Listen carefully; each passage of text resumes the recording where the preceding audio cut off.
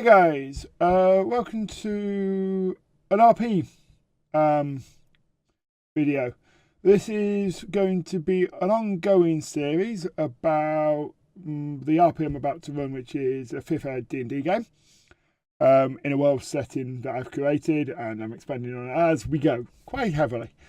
For me, this is, I realise, the first time I'm trying to do a long-term, not a guaranteed end campaign in a very long time.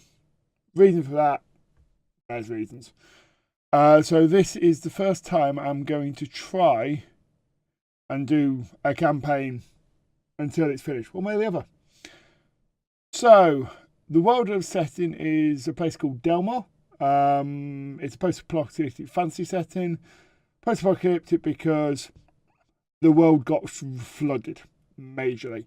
The ice caps melted. All those rising sea waters caused tsunamis, wiping out large sections of continents. So what we have now, and if I give me a moment, I'll bring something up on screen for you to see, because there we go, is smallish continents with a lot of islands. The two largest there are Hydaria and Ashendars. They are probably about twice the size of the UK, roughly, height-wise. So 1,200, 1,500 miles north to south, and an amount wide. What this means is there's a lot of lost knowledge, there's a lot of ruins, there's a lot of settlements, a lot of unexplored areas, because basically a lot of people died, a lot of knowledge was lost, and those who survived congregated in areas where they basically restarted civilization almost. Some of the kingdoms are older than the flood, some are newer than the floods, and that's just what it is. So we are going to start in Ashendars, so we'll talk about that in a moment. But the other two kingdoms you can see on here are Hydaria, which is an elven kingdom. Very much a classic elven kingdom with a couple of differences. One, the elves are actually quite a technologically advanced race. So they have basically AI robots. I'm basically taking a slight modification on Warforges from the Eberron setting and creating my own. They're called sentries. They will be explored more if a player chooses them as a player race. If they're not, if they're a race, if they don't, they may still find something out about them because they're not uncommon in the world. To the north, you have Iron Peaks, which is the only dwarven settlement known in the world. I'm sure there's some small ones floating around elsewhere, but that's the main city and kingdom for the dwarves. Ashendars, which is where we started, is technically a human kingdom, I suppose, but they're not really. It's basically pretty much every race that lives on Delmore exists in Ashendars. So we'll go into Ashendars a bit more detail because it might be useful for you guys. So this one is a map of Ashendars, and if I let's just reset, let's just fit to screen just so you guys can, oh no, that's not the right one.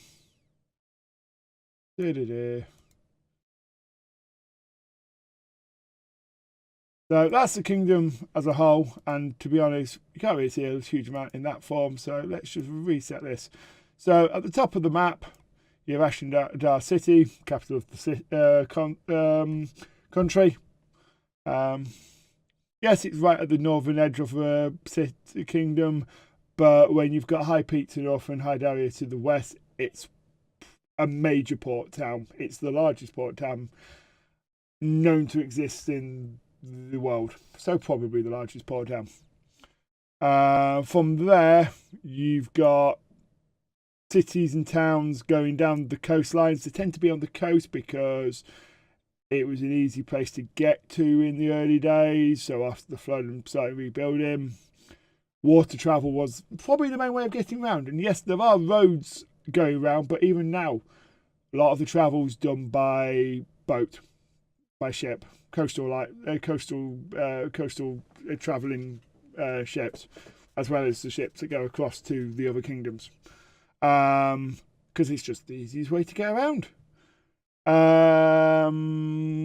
Won't mention too much about most of these. Haven's going to be the starting town, just because I need somewhere to start the players. They're not actually starting in Haven, but they will get there relatively quickly. The players already know that, so I don't care. They know that that's the area they're starting in. Below Haven, you've got Moonstone, which is an elven town, probably. I think it's going to be a town, not a city. Very much what you would class as a classical elven town. So buildings made of wood, maybe a lot of them made in the trees, very much one with nature. So we'll see how that goes with players. Solaris, to the west of Moonstone on the other side of the mountains, is the oldest city known to still exist. It was the place of the Guards of Height, so there's a lot of temples there. There's a lot of learning institutes there. So not just the temples, but university, schools. That's where you go if you want to get a higher education, basically, in Ashendale. It's not cheap to live there. It's not cheap to go there. There's a lot of in and out people, but that is the place of learning. And then you've got two towns to the south, which, again, I'm not going to talk about much because, in all honesty, I haven't created a lot about them yet. If the players head in that direction, I'm going to have to create some stuff, which is fine. That's what I do. I very much do work on improvisation, and then from improvisation, you'll get more information, and I will fix it into stone. So next time, that's what they will find. First time they go somewhere, we'll see. So, as I say, I was going to start in Haven. So let's grab a Haven. Let's shrink this to viewable size. So Haven area, you've got the towns basically on the river. And in fact, this map's not entirely right. It actually spreads across the river a little bit. But when I was doing this map, I hadn't decided that. So you'll see on the next map, there's some stuff below. And there's more. The forest actually comes out further. So, but it's a rough map. Maps in the medieval times weren't particularly accurate. So it's fine. So you'll notice there's not actually a lot of detail on this map. That's on purpose. They are starting to learn about areas, so the population tries to stay within Haven. They don't want to go out of town. Bit of logging in the forest, maybe a bit of travel to the north to the mountains for the mines, maybe a bit of travel on the rivers. But in general rule, they're not looking for trouble. The trouble, as long as trouble doesn't find them, they don't go looking for it. So what will happen is if the players decide to stay around Haven for any length of time, they will find stuff. Ruins, places of knowledge, whatever, depending on what I decide to give them and depending on how the players decide they want to do it. They also may just decide to go, this is a boring market town, we're out of here. We want to go to the big city. And if they do that, I'm not spending time developing this place. That'll be the next group that comes along. That's the point. I will add content as people need it. So, Haven itself. Haven. The town of Haven. Probably haven't actually put enough buildings in this. So there's going to probably be some more buildings added to this by the time it actually starts being used heavily. Because I originally was thinking 400 or 500 sort of residents naturally. There's only about 20 houses there, so you're only talking 50 people plus the lodgings of another, plus the main areas which they probably stay in as well. So you're probably looking at another 50 people. So you're probably only looking at 100. So I probably need to double the village, the buildings. Hard to do. Got plenty of space here which I can add villages, places to, and we will do. But this was a rough thought to start with, and I've obviously decided I need to add some more now. I've got some more information about Haven, and we will do. But it has got the important places on the map. So it's got the 18 points of interest, I would say, that are in the town. Everything from the blacksmiths to the wizard's tower to the guardhouse to the lumber mill to the bakers. All the information is there. I've also got a document of who actually runs each of these locations. Who are they? Name. Are they married? Do they have kids? And a very brief, this is what they're like. And from there, we'll add more detail as we go. My plan is I'm going to record the games purely from my own sanity. So I won't be making lots of notes during the game. I will come back to the recording and read through it, listen through it, and make notes and add to the what detail, and probably break it down into one of these sort of videos over this is what the players did this week or not. I want to do this as a weekly video. We're going to be playing fortnightly, but every other week I'm going to be doing work on the game. So it might be a new map, it might be some new ideas, it might be something totally not relevant to what the players are going through, because the players are doing X over here and I've decided I don't need to fill out that information, so I'm going to fill out this area over here before they get there.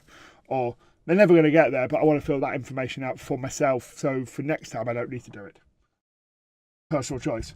For me, I'm looking forward to this. First session's tomorrow. I have 6 or 7 players. I think we're 7.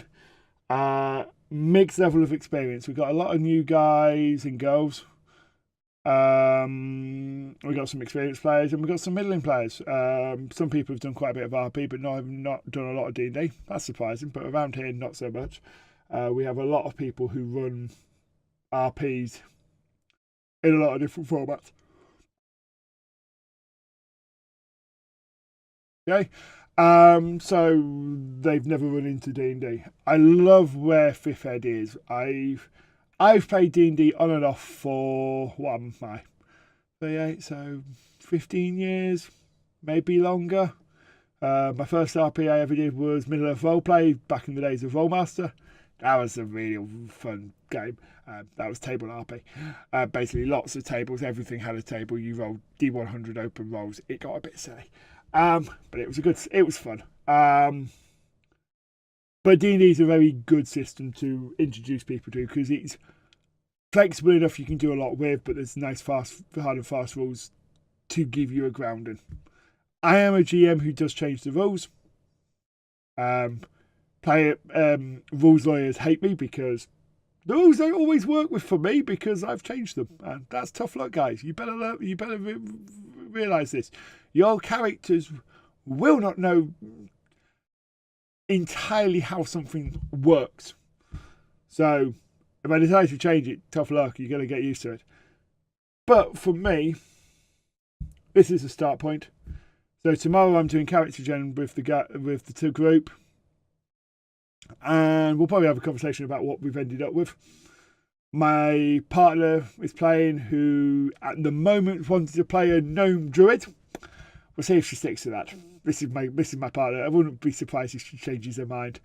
I have Asama Gunslinger. I'm allowing gunslingers from the crit roll from Matt Mercer's archetype. I love it, and I always had guns in this system, in this world, so it works perfectly.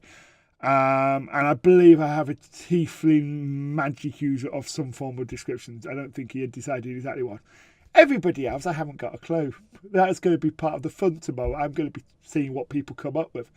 We'll see what happens. But for now, we'll leave it there. And you can come back in a day or two, and I'll hopefully have another video up about what the hell are they doing. But for now, goodbye.